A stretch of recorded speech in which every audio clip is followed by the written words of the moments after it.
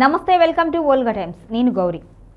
తిరుమల లడ్డు కల్తీ వ్యవహారానికి సంబంధించి ఆ కల్తీ నెయ్యిలో జంతువుల కొవ్వు కలిసింది, ముఖ్యంగా పంది కొవ్వు కలిసింది, చేప నూనె కలిసింది అంటూ పవన్ కళ్యాణ్ గారు సనాతన ధర్మాన్ని తెర మీదకి తీసుకువచ్చి తనదైన శైలిలో మనందరికీ దాని గురించి వివరించారు. అయితే నిజంగా పంది కొవ్వు కలిసింది, చేప నూనె కలిసింది అనే దానిలో నిజముందా, ఆధారాలు ఉంటాయా అంటే ఏ రోజు కూడా ఆ ఆధారాలను పక్కాగా చూపించలేదు. అప్పటి వరకు అదే మాట మీద నిలబడి మొత్తానికైతే తిరుమల లడ్డూలో కల్తీ ఇంతగా కలిసింది అంటూ భక్తుల మనోభావాలు దెబ్బతినే విధంగా జంతువుల కొవ్వు కలిసింది అనే వ్యాఖ్యలు చేశారు. వాటిని తిరుమల నుంచి పరమ పవిత్రమైన అయోధ్యకు కూడా పంపించారు. ఇదే కల్తీ లడ్డూలు అక్కడికి కూడా విస్తరించాయి అంటూ కూడా భారతదేశ వ్యాప్తంగా ఉన్న భక్తుల మనోభావాలను అయితే దెబ్బతీశారు. ఆ తరువాత ఒక్కసారిగా ఈరోజు అసెంబ్లీలో జరిగిన పరిణామాలు చూసుకుంటే అసలు జంతువుల కొవ్వుకు సంబంధించి ఎంత అగ్రెసివ్గా మాట్లాడిన పవన్ కళ్యాణ్ ఈరోజు ఆ మాట మాట్లాడకుండా వేరే విషయాల గురించి, అంటే కల్తీ వ్యవహారం మాట్లాడారు కానీ ఈ స్టాండ్ తీసుకోకుండా మాట్లాడారు. అంటే దీని అంతటికీ కారణం ప్యాకేజ్ స్టార్ ప్యాకేజ్ తీసుకున్నారు, అందుకోసమే స్క్రిప్ట్ మార్చారు, స్క్రిప్ట్ ఏదొచ్చిందో ఆ స్క్రిప్ట్లో ఉన్నట్టుగా ప్యాకేజీకి తగ్గట్టుగా మాట్లాడారు అంటూ కూడా వైసీపీ అంటుంది. మరి ఇందులో నిజాలెంత, నిజంగా ప్యాకేజ్ స్టారే ఇలా మాట్లాడుతున్నారా కాదా, మరి ఆయన వ్యక్తిగత విమర్శ చేసుకొని మార్పు చెందారా అనే విషయాన్ని గురించి ఈరోజు చర్చిద్దాం. దీని మీద వివరించడానికి ప్రముఖ రాజకీయ విశ్లేషకులు బండారు రామ్మోహన్ రావు గారు ఉన్నారు, వారితో మాట్లాడదాం. నమస్తే సార్. గౌరీ నమస్కారం, చెప్పండి. సో మనం ఈరోజు అసెంబ్లీ సమావేశాల్లో చూసాం, పవన్ కళ్యాణ్ గారు మాట్లాడిన తీరు గతంలో మాట్లాడిన దానికి ఇప్పుడు మాట్లాడిన దానికి చాలా వ్యత్యాసం కనిపిస్తుంది. వైసీపీ ఓవైపు ఏమో ప్యాకేజ్ స్టార్ ప్యాకేజ్ తీసుకోవడం వలన మాట మార్చారు, ఎంత ప్యాకేజ్ అందిందో అంతవరకే మాట్లాడుతున్నారు అంటుంది. నిజంగా అది నిజం అనుకోవాలా, లేకపోతే దేవదేవుణ్ణి అవమానిస్తూ ఆయన మీద అభాండాలు వేస్తూ ఆయన ప్రసాదం మీద పరమ పవిత్రమైన ప్రసాదం మీద విపరీతమైన అభాండాలు వేసినందుకు ఆయన్నే పశ్చాత్తాపడి ఈ ఆరోపణల గురించి మాట్లాడకుండా ఇలాంటి వ్యాఖ్యలు చేశారు అనుకోవాలా? మొత్తానికి పవన్ కళ్యాణ్ ఏ విధంగా ఈ స్పందనకు కారణం ఏంటి, మరి ఈయన స్పందన కారణంగా ప్రజల్లో ఈయనకి ఎటువంటి సమస్యలు ఎదురయ్యే అవకాశం ఉంది అనుకోవాలి సార్? మా గౌరీ, మీకు వోల్గా టైమ్స్ ప్రేక్షకులు నమస్కారం. ఫ్యూజ్ పోతే కరెంట్ బాల్ వెలగదు కదా, జరిగింది ఏంటంటే అదే జరిగింది. ఫ్యూజ్ పోయింది కనుక బాల్ వెలగదు, ముఖం మాడిపోతుంది. మొత్తం ఈ ఎపిసోడ్ లో చంద్రబాబు నాయుడు గారు ఒక మెట్టు ఎక్కితే అప్పుడు ఈయన 3 మెట్లు ఎక్కి పైకి వెళ్ళి మెట్లు గడిగారు, ఒట్లు పెట్టారు, సనాతన ధర్మం అని ఊరేగారు. మొత్తం తిరుమల కింద తిరుపతిలో పైన తిరుమల నానా హడావుడి చేశారు. ఈ మొత్తం అంతా దుర్మార్గం జరిగిందని చెప్పి వేణువల్ల చాటారు. అందులో జంతువుల కొవ్వు అంటే గురువు గారు జంతువుల కొవ్వు అంటే, శిష్యుడేమో పంది కొవ్వు అన్నాడు. అయిపోయింది. మీరు అన్నట్టు ఇంకా కూడా రకరకాల చేపలు అన్నాడు, రకరకాల. ఎక్కడ రిపోర్ట్ కనీసం చూడకుండా మాట్లాడినప్పుడు విమర్శించిన తప్పు మీరు అనవసరంగా బదనాం చేయకండి. విధానపరంగా జగన్మోహన్ రెడ్డి ఏ తప్పులు చేసినా దాన్ని చీల్చి చెందాలి, ఎవరు వద్దన్నారు. కానీ భక్తుల మనోభావాలు దెబ్బతీస్తూ తిరుమల తిరుపతి లడ్డూలో ఇవన్నీ అవాకులు జవాకులు పెడితే కష్టం అని చెప్పారు. అదే జరిగింది. రిపోర్ట్ వచ్చిన తర్వాత ముఖానికి తెల్లబడ్డాయి కదా. ఇప్పుడు అందులో ఎక్కడ కూడా అసలు నెయ్యి కానే కాదన్నప్పుడు రిపోర్ట్ వచ్చింది కనుక ఇప్పుడు వాటిని వెనక్కి తీసుకుని ప్రయత్నం చేశారు. ఇంకొక మాట కూడా చెప్పారు గౌరీ మీరు, ఏంటంటే ఏదైతే మనకు అయోధ్య రామ మందిరం ఇనాగ్రేషన్ అప్పుడు 1,00,000 లడ్డూలు పంపితే, 1,00,000 లడ్డూలు పైగా పంపితే అవన్నీ కూడా కల్తీ అని ఈయన ఆరోపించారు. చూసినట్టే నిజంగా తెలియదు ఏంటి, అసలు ఈ సప్లై చేసిన నెయ్యి ఏం వాడలేదు. ఆ లడ్డూల కోసం స్పెషల్ గా అందులోనే ఒక సభ్యుడు, మహారాష్ట్రకు చెందిన సభ్యుడు 3 సార్లు ఆయన మెంబర్ గా ఉన్నారు. మొదలు మన టీడీపీ హయాంలో ఆయన మెంబర్ గా ఉన్నారు, తర్వాత వైసీపీ హయాంలో ఆయన మెంబర్ గా ఉన్నారు, టీటీడీ బోర్డు మెంబర్ గా. మూడోసారి వీళ్ళు వచ్చిన మళ్ళీ బోర్డు మెంబర్ ఆయన కంటిన్యూ అవుతున్నారు. అంటే ఆయన భక్తితోని లడ్డూలకు నెయ్యి తానే ఇచ్చి తయారు చేయించి పంపించారట. ఇప్పుడు ఈ నెయ్యి వాడలేదని రిపోర్ట్ కూడా ఉన్నది మనకి. అటువంటి అప్పుడు మరి వేరే నెయ్యి వాడిన రిపోర్ట్ దాన్ని బట్టి భక్తుడు ఆ రూపాయి తీసుకోవాలి. ఎక్కడ కూడా ప్రభుత్వానికే మన టీటీడీకే డబ్బులు కట్టించి ఆయన మొత్తం మెటీరియల్ అంతా సప్లై చేసి ఆయన వాడారట. అటువంటి అప్పుడు 1,00,000 లడ్డూలు మన అయోధ్య దానికి పోయినాయి అని చెప్పి దుర్మార్గం ఎట్లా ఆరోపిస్తారు? ఏమీ ఆధారం లేకుండా అదిగో పులంటే ఇదిగో తోక అని బట్ట కాల్చి మీదేసే ప్రయత్నం చేశారు.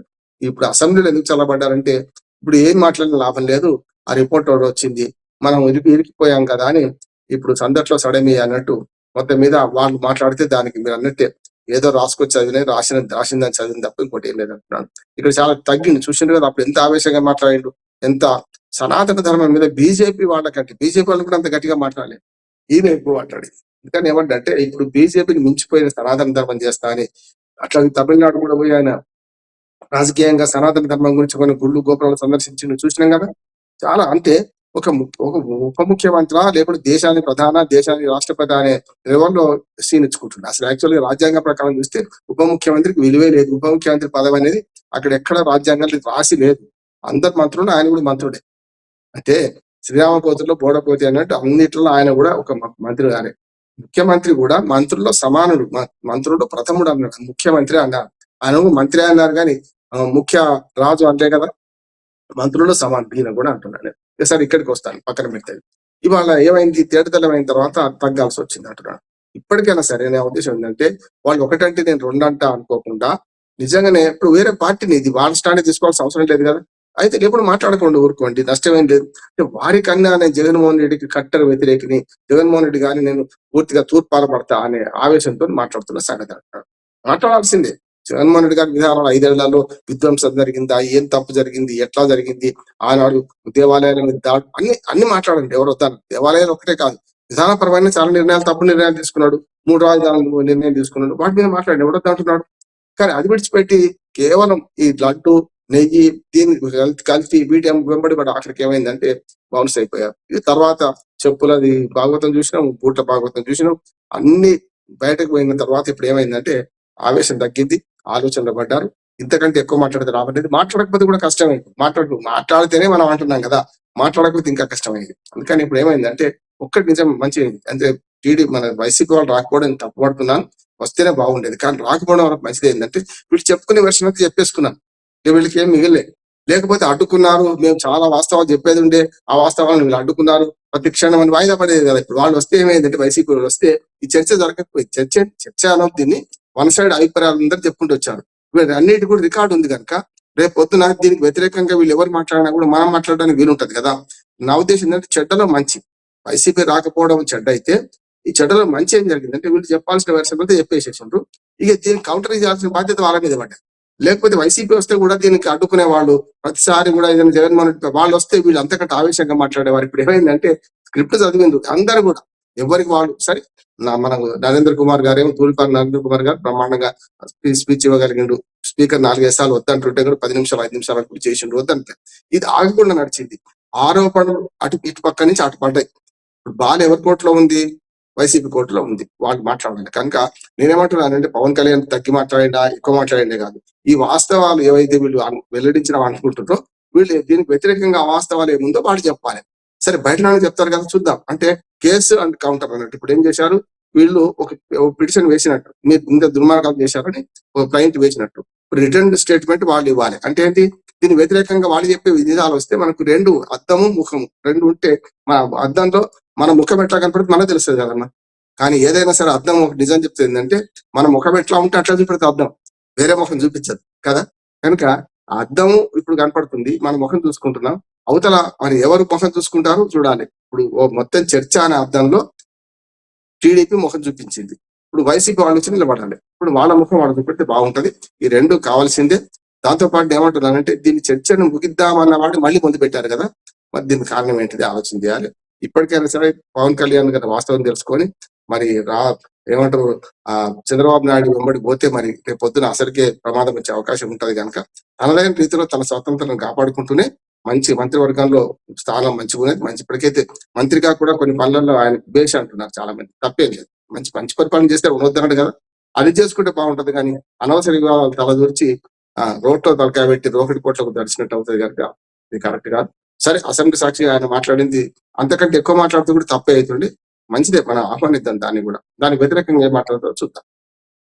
సో ఇప్పటి వరకు పవన్ కళ్యాణ్ గారు మాట్లాడిన దానికి చంద్రబాబు నాయుడు గారు పవన్ కళ్యాణ్ గారి షోల్డర్ మీద గన్ పెట్టి ఫైర్ చేయడం వలన రివర్స్ ఆయనకి తగిలింది అని మరి ఆయన గుర్తించారా, లేకపోతే ఇంకా పవన్ కళ్యాణ్ గారు చంద్రబాబు గారిని నమ్ముతున్నారా అనేది వాళ్ళిద్దరికి మాత్రమే తెలిసిన అంశం. మీలాంటి విశ్లేషకులు చెప్పినా మరి నిజంగా ఏం జరిగింది అనేది కూడా మళ్ళీ ఒక చిన్న డౌట్ అయితే ఉంటుంది. అయితే ఇవన్నీ పక్కన పెడితే నెక్స్ట్ అసలు పవన్ కళ్యాణ్ని కానీ జన సైనికుల్ని కానీ ప్రజలు ఎందుకు నమ్మాలి, ఎందుకు నమ్ముతారు ఈ సంఘటనలన్నింటినీ బేస్ చేసుకున్న తర్వాత? అసలు పవన్ కళ్యాణ్ ఇవన్నీ చేసేదానికి కారణం రేపు ఒకవేళ కూటమి నుంచి బయటికి వచ్చిన టీడీపీతో ఎప్పటికైనా ఇబ్బంది ఉంటుంది అని తెలిసి బీజేపీకి సానుభూతి పొందాలి అని బీజేపీ ఆశీర్వాదం కోసం ఇలా చేస్తున్నారు అనుకోవాలా? అసలు పవన్ కళ్యాణ్ ఎజెండా ఏంటి, అసలు ఉందా ఆయనకి? అంటే తెలుగుదేశం పార్టీ ఉన్నంత కాలం వారసత్వంగా చంద్రబాబు నాయుడు కుటుంబ సభ్యులు వస్తారు. నారా చంద్రబాబు నాయుడు కుటుంబ సభ్యులు వస్తారు, అది ఖాయం. లోకేష్ వస్తారు, నందమూరి ఫ్యామిలీ వాళ్ళు రారు అంటున్నారు. కనుక సమస్య లేదు. రేపు పొద్దున రేపు యువ నాయకత్వం అంటే ఇవాళ బ్రదర్ గా ఇటు పక్కనేమో కొడుకుగా మన లోకేష్ ను ప్రమోట్ చేస్తున్నారు. ఎవరు? మన చంద్రబాబు నాయుడు చాలా డిప్లొమాట్. ఎప్పుడైనా ఆ గోతిలో పడేది ఎవరంటే మన పవన్ కళ్యాణ్. కానీ పవన్ కళ్యాణ్ ఈ స్టేజ్ లో ఉన్నాడు కనుక ఎంబడి ఉండే మంత్రి అయ్యిండు. లేకపోతే మరి రెండు సీట్లలో ఓడిపోయిన వాడు ఈ పొత్తు పెట్టుకోకుండా కాకపోయేవాడు కదా. అందుకని నేను గేమ్ చేంజర్ కూడా అన్నాను. పవన్ కళ్యాణ్ ఎంత మూర్ఖత్వంతో వ్యవహరించిన మన ఏమంటారు దొర్లుడు రాయి అంటే గులక రాయి అంటాం కదా, దొల్లే రాయిగా ప్రవర్తించిన ఒక సిద్ధాంతం లేకపోయినా తాను ఒక మంచి పని చేసింది ఏంటంటే వైసీపీని ఎదుర్కోవాలంటే మన అందరం కలవాలని ఎంబడి వాడి బీజేపీని ఇటు టీడీపీని ఒప్పించి చూసాం కదా. 53 రోజులు చంద్రబాబు నాయుడు జైల్లో ఉన్నప్పుడు బయటకు రాగానే ఇక బాలకృష్ణ అటు లోకేష్ ని పెట్టుకొని బేసరిగా మద్దతు తీసుకున్నాను జన సైనికులు అడగకుండా. సరే పార్టీ సొంతం రంగంజన్ ప్రాంతీయ పార్టీలన్నీ గౌరీ మన ప్రైవేట్ ఆస్తులుగా మారిపోయినాయి. పవన్ కళ్యాణ్ లేకపోతే జనసేన లేదు కదా, మన నారా చంద్రబాబు నాయుడు కుటుంబం వాళ్ళు లేకపోతే టీడీపీ లేదు, కేసీఆర్ లేకపోతే మన బీసీ మన బీఆర్ఎస్ లేదు. చూస్తున్నాం కదా. ఏమైనా సరే ప్రాంతీయ పార్టీలన్నీ అట్లాగే ఉంటాయి. అందులో భాగంగానే వారు ఇప్పటికి నిజాలు తెలుసుకున్నారా అంటే తెలుసుకున్నట్టే అంటున్నాను నేను. తక్కువ మాట్లాడినా తెలుసుకున్నట్టే కదా. ఇక ముందు అసలు మాట్లాడకపోతే ఇంకా బదనాం అవుతాం కదా మాట్లాడిండు. ఇక ముందు ఈ విషయంలో కొంచెం కామ్ అవుతారని నేను అనుకుంటున్నాను. లడ్డు విధానంలో కల్పించుకోవడానికి అంటున్నాను. సరే రేపు పొద్దున రాజకీయాలు ఎట్లా ఉంటాయంటే ఖచ్చితంగా పవన్ కళ్యాణ్ ఆనాడు చెప్తున్నా ఈనాడు ఆటలో అరటి పండులాగా మిగిలిపోతారు. రేపు పొద్దున ఒక రకంగా చెప్పాలంటే మాట కట్టుబడి చంద్రబాబు నాయుడు ఇప్పుడు వెంటనే ద్రోహం చేయలేక కొనసాగించుకుంటున్నాడు. కానీ తన 130 సీట్లు సొంతంగా ఉన్నాయి కదా. అనవసరంగా కలిసి వచ్చేవాడిని దూరం చేసుకుంటాడు చంద్రబాబు నాయుడు. కలిసి వచ్చిన వాళ్ళు కలుస్తారు. రేపు 2029 అసలు సినిమా మొదలైంది అంటున్నారు. 2029 ఎన్నికలకు అసలు సినిమా మొదలవుతుంది. బీజేపీని నెట్టేస్తారు, పవన్ కళ్యాణ్ నెట్టేస్తారు, వాళ్ళే సొంతంగా నిలబడే ప్రయత్నం చేస్తారు. అప్పటికి వైసీపీ కనుక ఇంకా గట్టిగా అయితే మళ్ళీ ముగ్గురు కలుస్తారు, సమస్య లేదు. ఇప్పుడు లాభం ఉంటే అందరూ ఒకటవుతారు, లాభం లేకపోతే కలిసిన కూడా విడిపోతారు. చూస్తున్నాం కదా. ప్రతిపక్ష స్థానంలో ఉన్నప్పుడు ఒక రకంగా ఉంటుంది పార్టీ రాజకీయాలు, అధికార పక్షంలో ఒక రకంగా ఉంటుంది. కనుక స్పష్టంగా 2029 దాకా అయితే ప్రభుత్వం కొనసాగుతుంది. నేను వైసీపీ శ్రేణులకు ఒకటే విజ్ఞప్తి చేస్తున్నాను. ఇక జరిగింది. ఈ లడ్డు సంగతి పక్కన పెట్టి విధానాల మీద ఈ ప్రభుత్వం చేస్తున్నారు. 20 నెలలు అయిపోయింది. చేసిన తప్పుల మీదనో మంచి మీదనో విధాన నిర్ణయాల మీద పూర్తి స్థాయిలో మీరు అసెంబ్లీకి రండి, చర్చించండి. అనవసరంగా ప్రతిపక్ష నాయకులు హోదా కావాలని కొట్లాడకండి. అది పెద్ద సమస్య కాదంటున్నాను. మాట్లాడితే అదే వస్తుంది. 11 మందికి టైం ఇచ్చి మీరే తీసుకోండి. నేను ఎప్పుడు కూడా వైసీపీకి ఒక సలహా చెప్తున్నాను. గతంలో తన మహాభారతంలో పురాణంలో శకుని కథ వస్తుంది. శకుని మొత్తం కుటుంబాన్ని అంతా అన్నదమ్ములందరినీ కూడా బంధించి ఒక జైల్లో వేసి పైనుంచి ఒక్కొక్క మెతుకు అందరికి ఒక్కరికి ఇచ్చేవాడట. అంటే తప్ప అన్నం పెట్టేవాడు. అప్పుడు శకుని ఎట్లా బతికారట?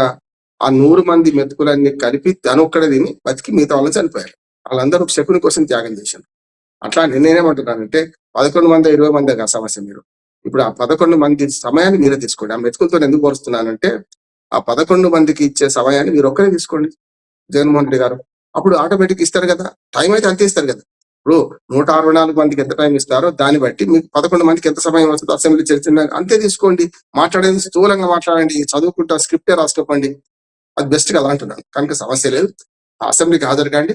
ప్రజాక్షేత్రం వేరు, ఎన్నికలప్పుడు చూసుకుందాం. ప్రజల్లో మాట్లాడేది వేరు, అది మామూలుగా చూసుకున్నాం. అది ఎవరు వద్దన్నారు కదా.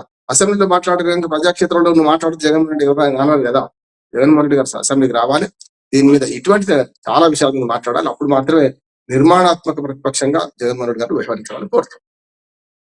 Okay, right sir, thank you so much.